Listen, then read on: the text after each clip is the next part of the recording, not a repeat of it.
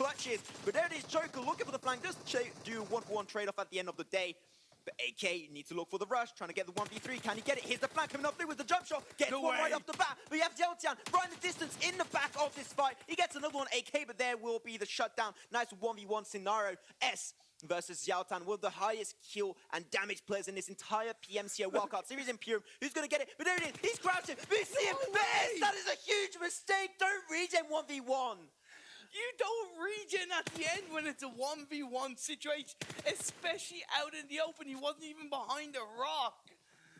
Oh, feels bad, man. However, RG coming out on top. This is the RG we came to know and love. This is the RG we expected to. Not only did they claim top spot maximum, but they got a grand total of 11 kills to their name. Fantastic performance. They started off by knocking out one member of Nova, and they ended it by taking out the Destroyer to claim that first place. Absolutely insane game Imperium. Anyways, a lot of action happened. We're going to try to break that down on the desk.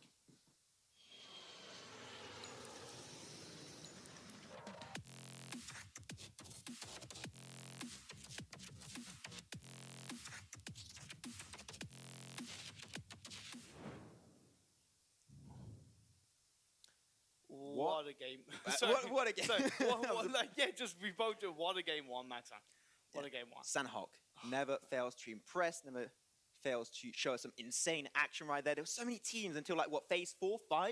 Which I was really not expecting. You had a boot camp finish. A few teams like Elementrix Rose kind of messed up. They got taken down by the blue circle, by the blue zone, sorry, and they just didn't really perform as well as I expected. But then Team RG Star Team coming out on top and finally showing us what China is made of and securing that chicken dinner. Of course, if Nova can't do RG, you're going to have to start pulling in the plays and get the job done. We saw them, as I said, start out by taking out one member of Rose. They went up against Onyx and they won that. They went up against team after team and they won time after time as no mercy. They get that knockdown throughout the game. I am curious as to what happened.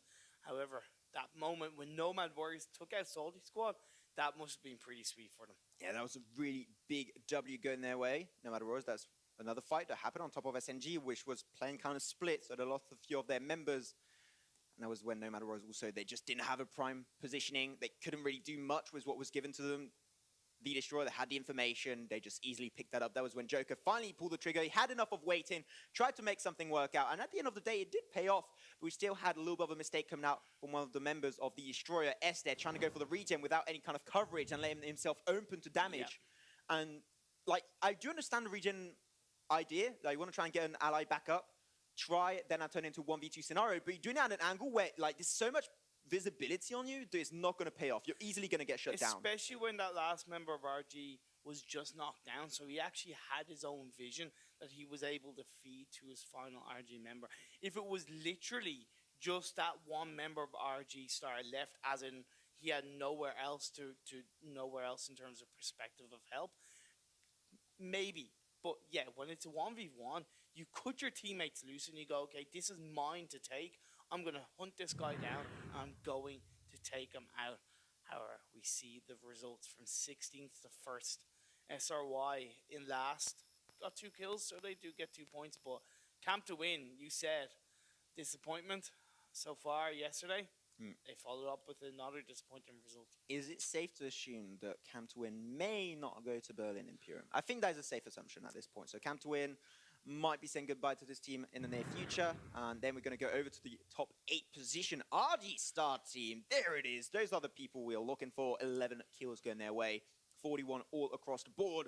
Dominating this game on Sanhok. Let's see if they can keep that ball rolling and have a really dominating performance on the other maps. So what's really good for RG Stars, they were currently lying in 6th place overall behind the likes of Nova, Hype, Trust the Process, Nomad Warriors.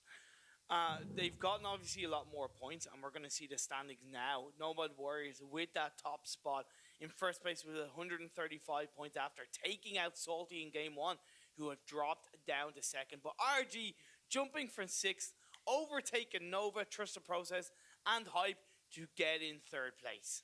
Mate, like, I was saying that before the broadcast, Imperium, like, I was a little bit disappointed by Chinese teams. Like, today, is it the day? You got Nova Esport up there, you got RG Star Team, you got a bunch of other teams that are slowly trying to creep their way back up there. So maybe Chinese, it is redemption day for them today, but still, Nomad Warriors going to be coming out on top, and they are pretty far ahead with like over 14-point advantage on the second team. There is Salty Squad, and the Dig actually in what is it 14th position? I think this game they were 14th. Yeah.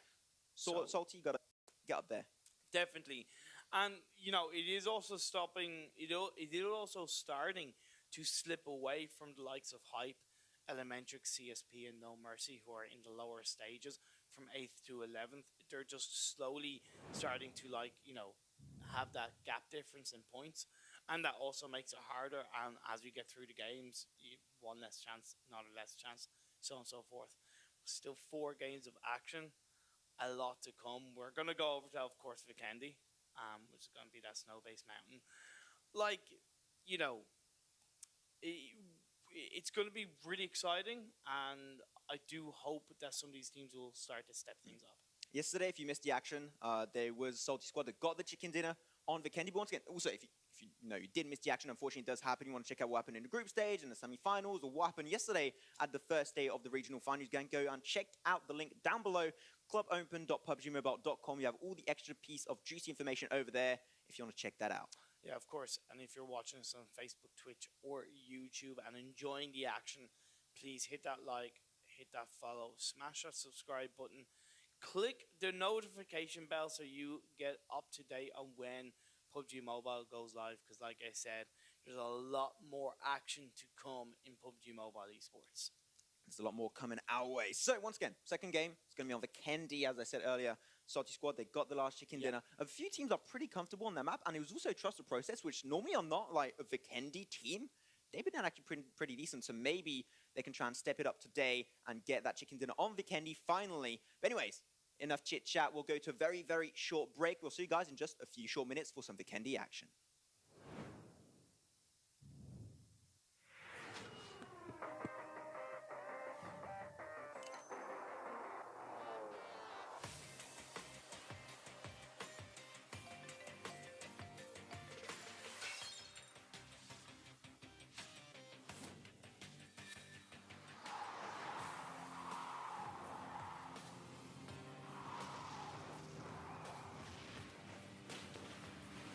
Game. Vivo V15 series. Vivo. Zombie, Darkest Night. The newest mode in the zombie universe is here. This time, the rules are different. No more parachuting, as players will be placed at random locations on the map when the match begins, and there is no single winner. Players must work with their teammates to spend one long night in the match and stay alive until the sun comes up. Waves and waves of zombies will spawn during each of the 3 foggy periods at night, and supplies should only be scavenged when the fog fades. The main objective is not to defeat other players, though this doesn't mean they are harmless. Players may need to work with other teams when necessary, but should also watch their backs in case the Fragile Alliance goes south. This will be a unique experience for every player involved. This new mode also comes with a passive skill for every player. Understanding these skills will be the key to staying alive in this long night. Can you ride out the night?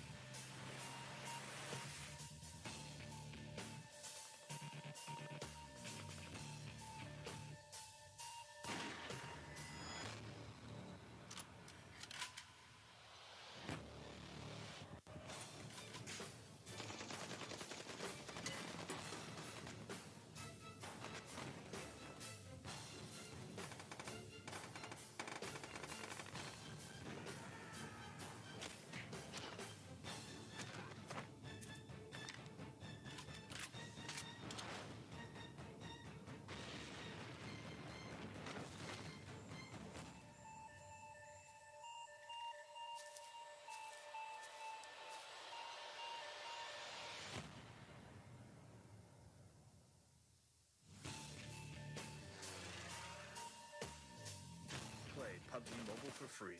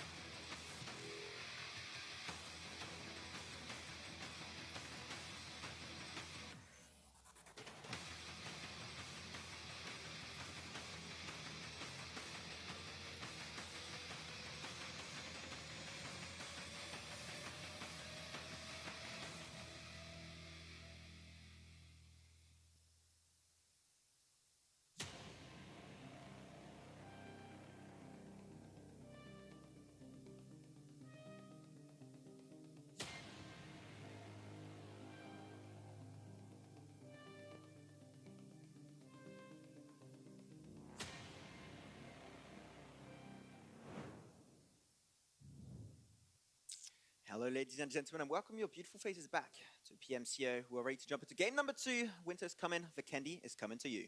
Yeah, game 7 out of 10. Teams are starting to get a little bit closer together. couple of ups and downs between A lot of ups. in the overall standings after game one. Particularly, of course, RG moving from 6th place to 3rd place overall, as we do see the standings in front of us, Maxman. And one team I do have to quickly point out is the Destroyer.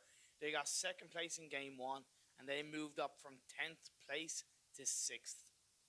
They got a bunch of kills going as well, like they way too. They did absolutely awesome on Sanhok. Let's just hope they can keep the ball rolling, get themselves a nice few games in the next upcoming 4 games today, and maybe, never know, like, and steal that number 1 spot away from Nomad Warriors. Just been dominating so far. They've been consistent throughout this entirety from the group stage until today. And once again, PUBG, the name of the game is consistency, and Nomad Warriors, they're proving us right. Like, other than that last game, like I said yesterday, Nomad Warriors have not had a game lower than 4th place finish. That is beautiful. It is Poetic. because... No, it's not poetic. Come on, Max. Cool get it off right. to the group stage. No, because like I harp on about consistency, and it's so true, and we see it happening, and that's what Nomad Warriors have proven, and they're currently lying in 1st place. Speaks for itself. Yeah, like, we're just going to see once again if they can keep it up. I hope so, because they've been doing good so far yesterday, and they've been off to a good start also today. They got 3rd position, I believe it was. So let's hope they can get a good Vikendi game. But once again, let's talk finally about Vikendi. What's going to be happening right now? Yesterday, Vikendi Chicken Dinner went over to Salty Squad. In this game on Sandhog, they didn't do that well. Let's hope they can just do a better performance this time around, because they're battling it out with Nomad Warriors. They're super close. They're just one on top, then it's the other. Super close game. And they got taken out by Nomad Warriors in that first game, and they ended up finishing in some 14th or 13th place after game one. Just really not the best result for them.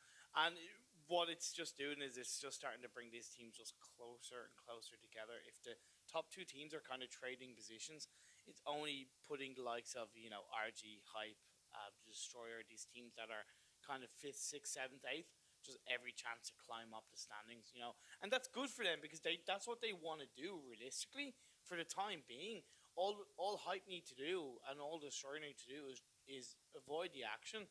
Let the other teams take them out. If they can pick up a kill or 2, 3 or 4 or 5 or 6, so on and so forth, perfect. But don't go into any unnecessary action. Especially in Vikendi map, I feel it's twice as important to just get that ultra safe circle position and go from there. I'm sure they would wish to be able to hear your advice right now. Like, have a little bit of insight before jumping into game number 2. We're talking a lot about some team names, about standings and schedule and everything. Like, you guys might know what we're really talking about if you're new to PMCO. So you do have a link you can go check out. That is clubopen.pubgmobile.com. You have all the extra piece of juicy information over there. If you have missed out, on what happened so far. Also, the VODs, if you want to make some MLG montage, is right over there to grab for yourself. Yeah, of course. And if you're watching us on Facebook, Twitch, or YouTube, especially like Max said, if you're new to watching PUBG Mobile Esports, please hit that like, follow, smash the subscribe button, and get up-to-date information on when we go live, especially when you tap that notification bell, because like I've said already,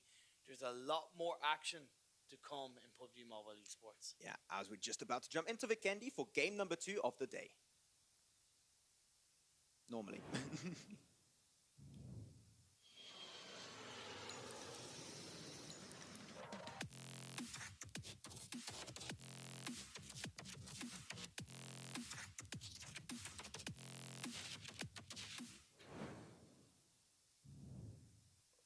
Let's have a look at this plane trajectory. Ooh, that's a bad one. Quite north. Ooh, very north. But I do think it gives quite a good scope for these teams to generally go wherever they want to. Villa is a popular spot. Mount Kriznik is pretty decent. And then, of course, Tovar, Dino Park, Movatra. After it's still a pretty small map, so you can basically drop still anywhere with this very northern plane. You have some teams like, for example, Elementrix. They're not going to be really happy about this early drop phase because they mainly go for Winery. And this is one of the furthest locations. So Elementrix starting off with a disadvantage if they try to go for that location. And then you have a few teams going to have no mercy going for the later section drops.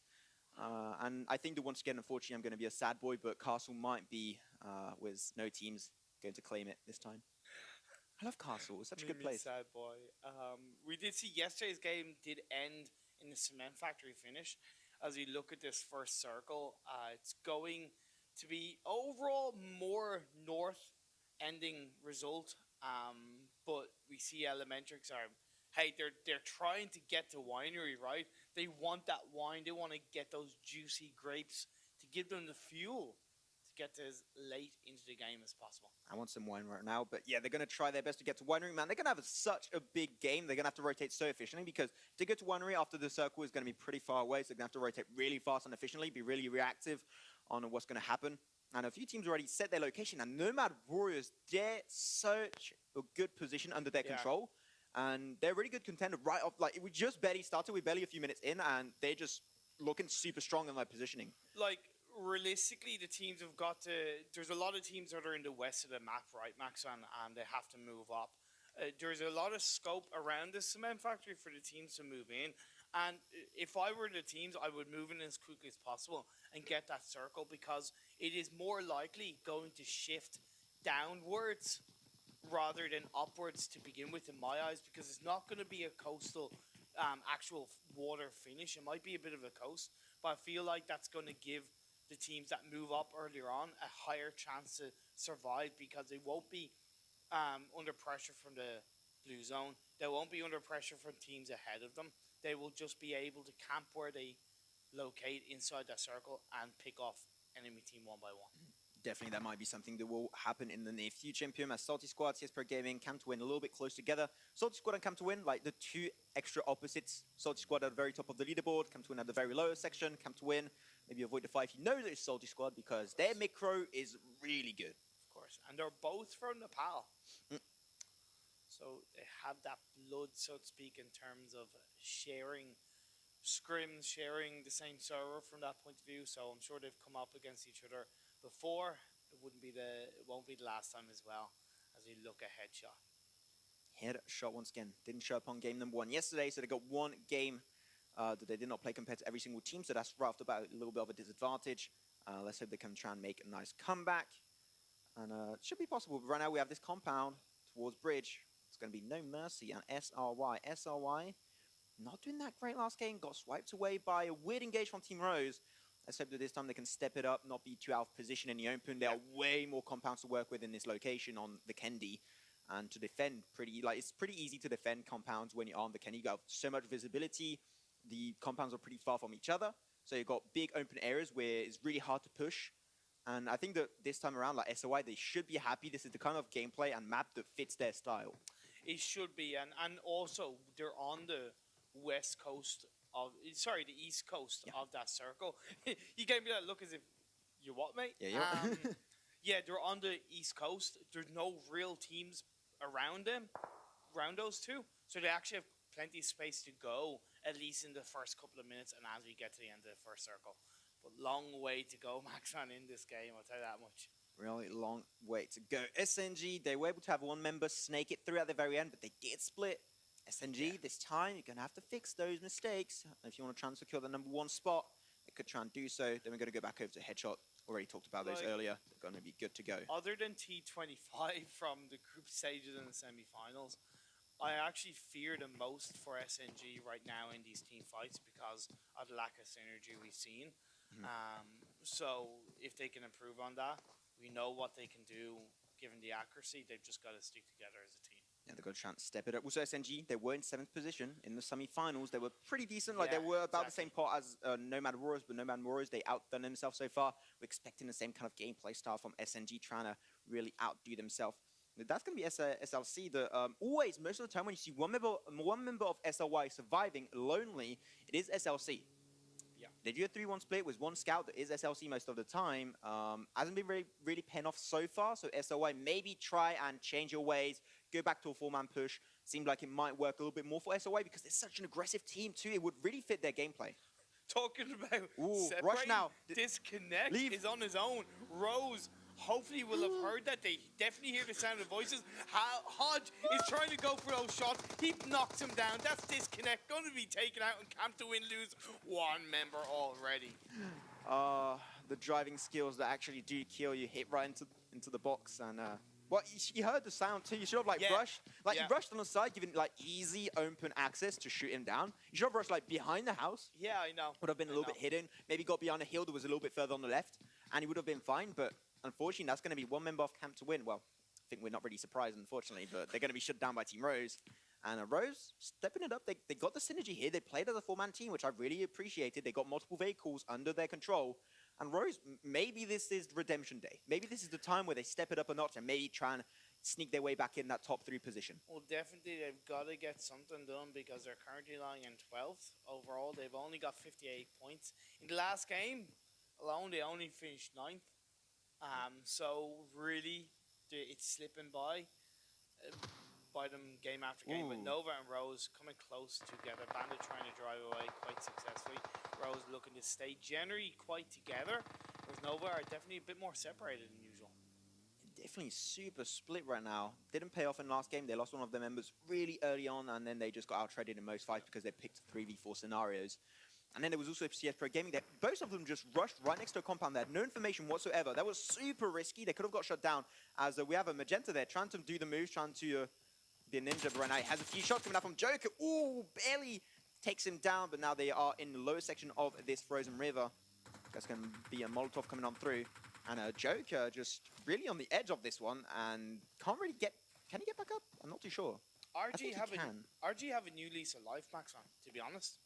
I'm noticing a huge difference in terms of their just core playing from yesterday to today. Of course, CSP are separated. They're on the cliff's edge. They've got low ground. Maxon's looking at me kind of going, what's up? What are they doing? I don't know what they're doing right now. Like, that's such a weird place to pick a fight for CS Pro Gaming. Right now, they're going to have SLY and No Mercy going to be clashing back and forth. Kill going to be taken down by SLC. There it is, looking for another one on top of Nick.